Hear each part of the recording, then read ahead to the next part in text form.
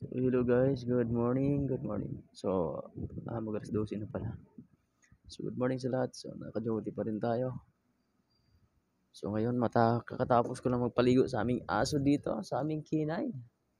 Ito, basa-basa pa siya. Uy, shout out ko, Ching. Ching! Uy! Uy! Ikaw ba? Uy, shout out. Shout out. Shout out, dire. Ito, shout out. Ayan o. Shout out, Ching. Ching, shout out. Basa-basa pa siya oh.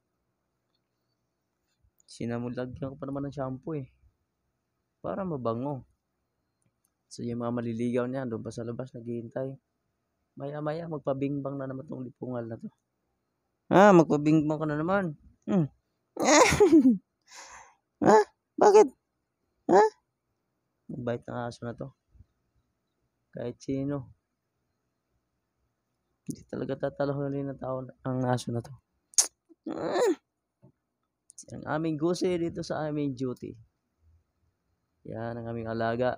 So, pinaliguan ko talaga ito para mabango. Diba?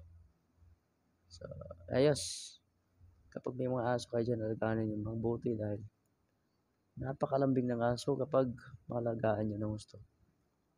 Diba? Bango pa.